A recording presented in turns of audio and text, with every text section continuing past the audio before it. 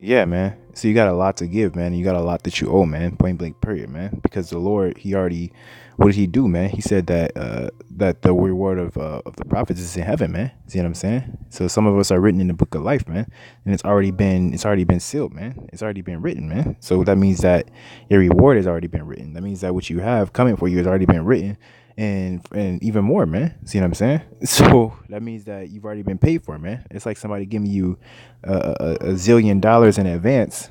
You know what I'm saying? I don't know what the fuck this shit, man. Somebody giving you a zillion dollars in advance, and you not and you basically taking it for granted, man. See what I'm saying?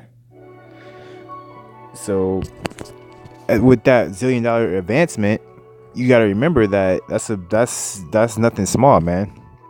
Spiritual power, all that He's given to you already, and then you got to remember that your past, you don't technically deserve it, man. I mean, of course, if you've been a prophet, you've been a prophet every time that you've been here, so you've done a decent portion of things, but still, like, for what's to come, this is a small thing, man.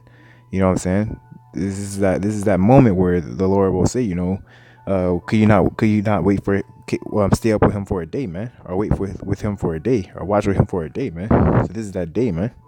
See what I'm saying? So this is a little bit longer, and we about this, man. So let me just keep going because I'm talking too much. Let's read verse 16 again. It says, "Therefore shall they receive a glorious kingdom and a beautiful crown from the Lord." So yeah, man. It says, "Shall they receive?" So it's gonna happen, man. It already technically is written, man. And like I said, me personally, I know that I'm a piece of shit. So as far as the things that are to come and what I have now, it's I don't think about the now. I think about what's already been done and what I owe, man, and the piece of shit that I've been, and what He's done for me and what He sacrificed for me.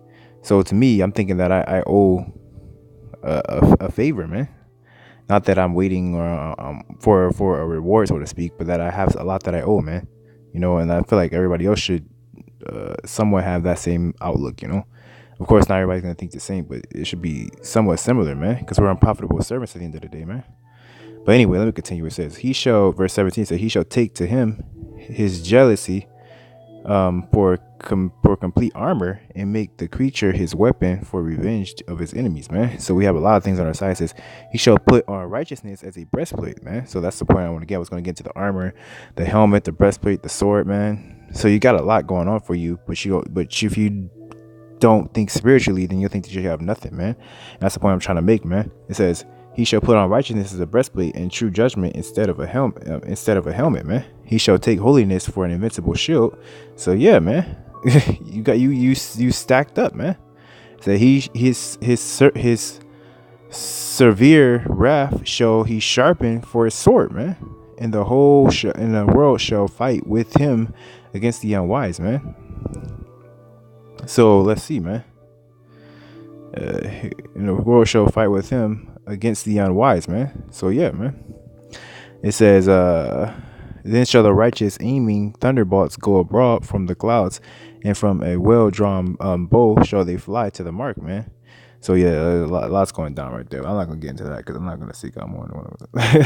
So let me keep going, man.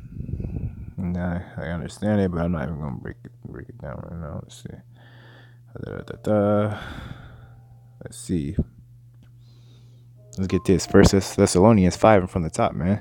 It says, "But other times and seasons, brethren, ye have not that I write unto you," man. It says, for yourselves know perfectly the day of the Lord, so cometh as a thief in the night, man. So he has no need that he write unto you, man.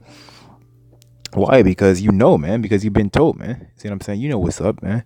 Through the visions and the things that are happening in the world, man. Through the smacks in the face. You know what I'm saying? It says, "For when they shall say peace and safety, and see peace and safety, then sudden destruction shall come up." Basically, since Salaki, let me start over. It says, "For when they shall say peace and safety, then sudden destruction cometh upon them, and travail upon a woman with child, and they shall not escape." Man, see what I'm saying? So it's like basically suddenly they're gonna come out from that dark, grow up in that noonday state. They're gonna be come out of the womb, man, and they're gonna be into the world and the light, man. So you have to wake up to reality, man. It's basically what it's saying here, man.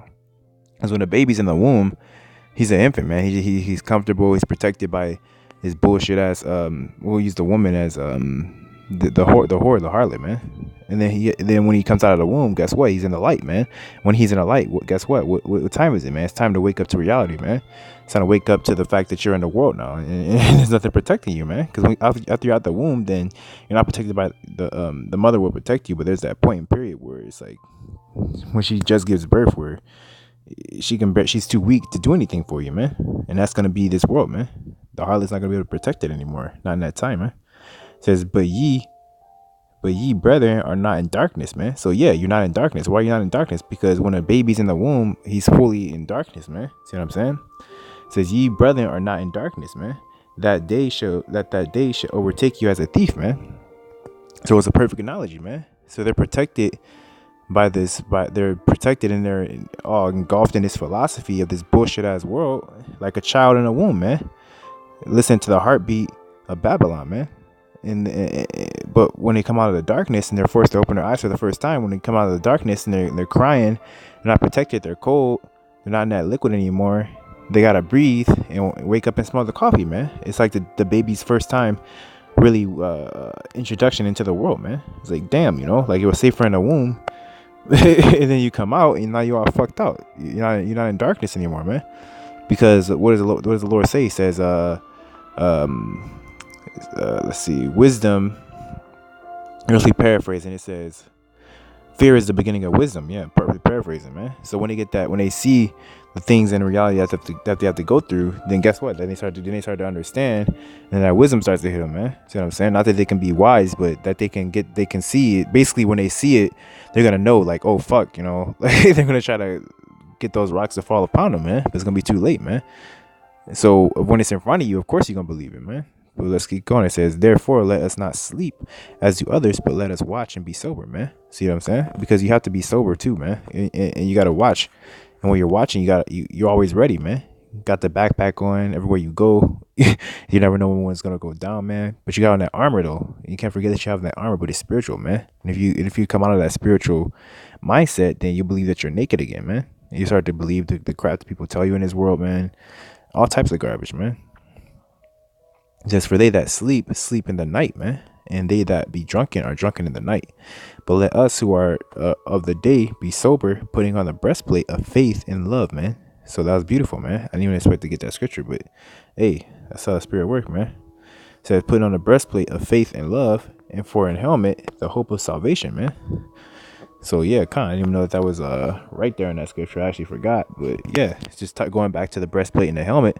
It said, put on a breastplate of faith and love, and for a helmet, the hope of salvation, man. So hope is gonna be what's important here, man. See what I'm saying? That means it's your belief in YAHAWASHI for him to do what he said he was gonna do, man. It says, for Yahweh hath not appointed us to wrath, but to obtain salvation for our Lord YAHAWASHI Mashiach, man.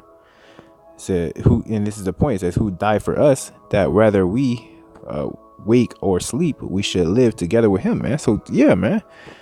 And those that sleep are gonna be the first ones up, man. See what I'm saying? As far as the elect, man. See what I'm saying?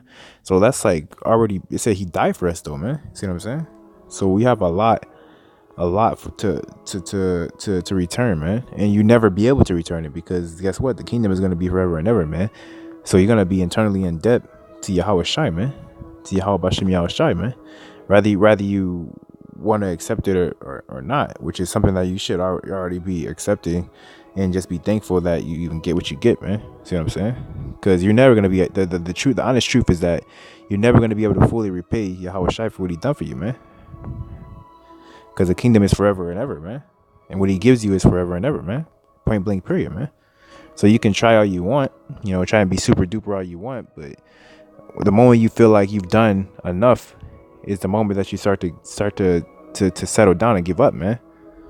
The moment that you start sending out the little men of your camp, man, and you don't want to go out on the highways and byways no more. Now you're sitting behind a desk with a purple shirt on.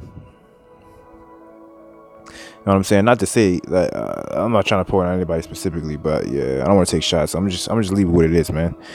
You know what I'm saying? But you'll never be able to do enough to repay Yahawashi for what he done for you, man. That's just the reality, man. Let's keep going, man. Let's see.